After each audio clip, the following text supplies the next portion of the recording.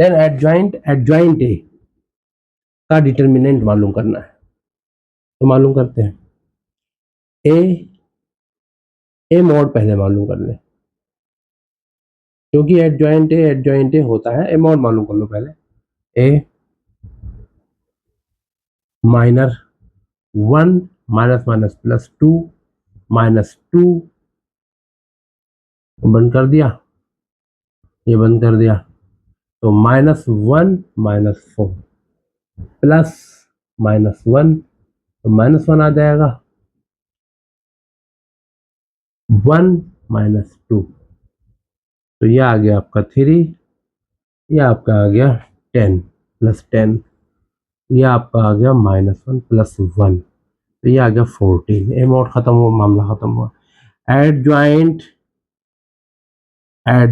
ए, ये होता है ए एन माइनस जितनी बार एडजॉइंट लिखा हो 2 और ए मैट्रिक्स, तो देखें 14 पावर एन क्या है, ऑर्डर ऑफ ए, तो 3 माइनस 2 यानी 1 ए मैट्रिक्स।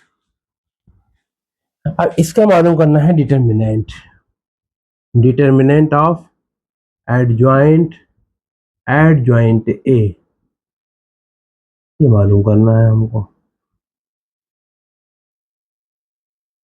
डिटर्मिनेंट ऑफ, तो 14 से मल्टीप्लाई कर दें, पहले इसको बना दें कि ये मैट्रिक्स है आपकी 14 माइनस 14 28,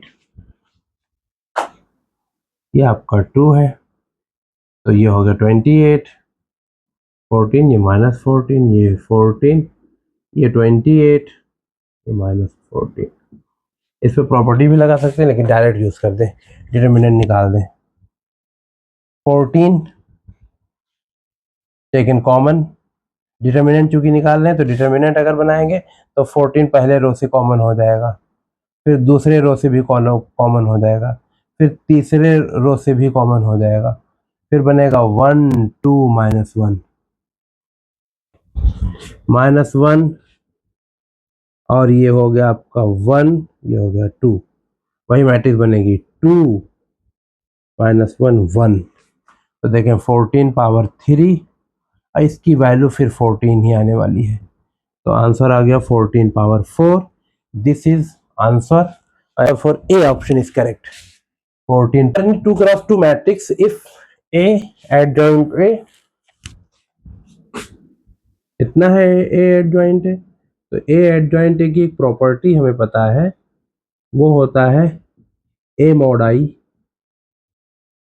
ये आपका है 10 कॉमन अगर ले लें तो मैट्रिक्स से निकल आएगा हर एक टर्म से 0 0, तो ये आई ही तो लिखा है 10 आई, ए मॉड आई, कंपेयर कर लो, सबसे अच्छा कंपेयर कर लिया, तो on comparing A mod is 10, option C is correct.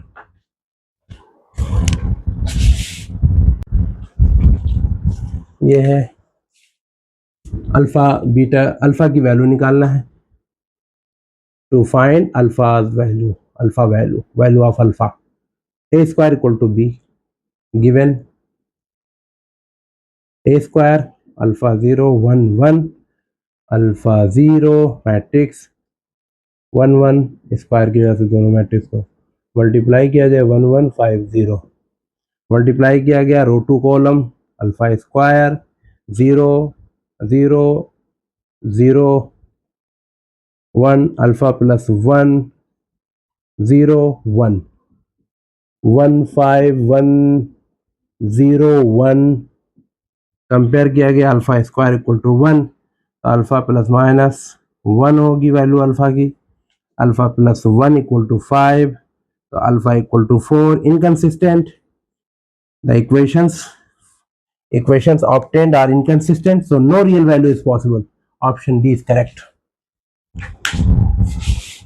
R matrix such that a square minus a plus 1, then the inverse of ये कम होगा equal to 0 matrix, then solution क्या है, a square minus a plus I equal to 0 matrix, तो I को तो इधर रहने दो, 0 में से सब्ट्रैक्ट होगा, ए पॉजिटिव हो गया उधर जाके, माइनस ए स्क्वायर हो गया।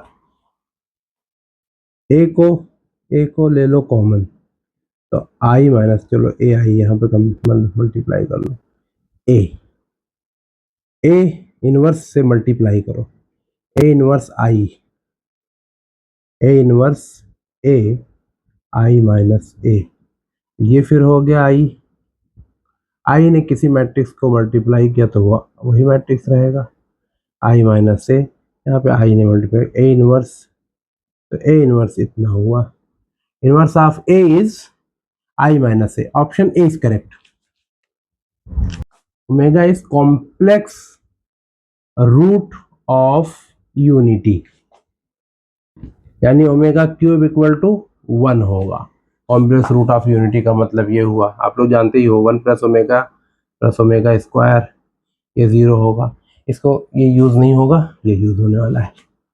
तो देखा जाए ए है, ओमेगा ले लें कॉमन, तो मैट्रिक्स ये बन जाएगी, यानी ओमेगा आई टू, यानी 2, इसका क्या है, इसका ऑर्डर है 2 क्रॉस 2 हो तो I2 लिख सकते हैं। ए पावर 100 अगर कर दिया जाए तो ओमेगा I2 का पावर 100, इसका भी पावर 100, इसका भी पावर 100, ओमेगा नहीं है, ये 100 है। तो ये आइडेंटिटी मैट्रिक्स का कितना भी पावर करो वो आइडेंटिटी मैट्रिक्स ही रहेगा। ओमेगा पावर 100 का मतलब हुआ ओमेगा पावर 3 का पावर 33 इंटू ओमेगा, क्योंकि ये 99 हो गया, ये 1 हो गया, कुल मिला के 100 हो गया। ओमेगा क्यूब की वैल्यू 1 होती है, 1 का पावर चाहे जितना करो 1 ही रहता है। ओमेगा, तो ओमेगा आई टू का मतलब 0 ओमेगा से कर दो मल्टीप्लाई, तो ओमेगा 0 ये तो वही मैट्रिक्स लौट आई, ए मैट्रिक्स। तो रिजल्ट आया A power 100 equal to A, option A is correct.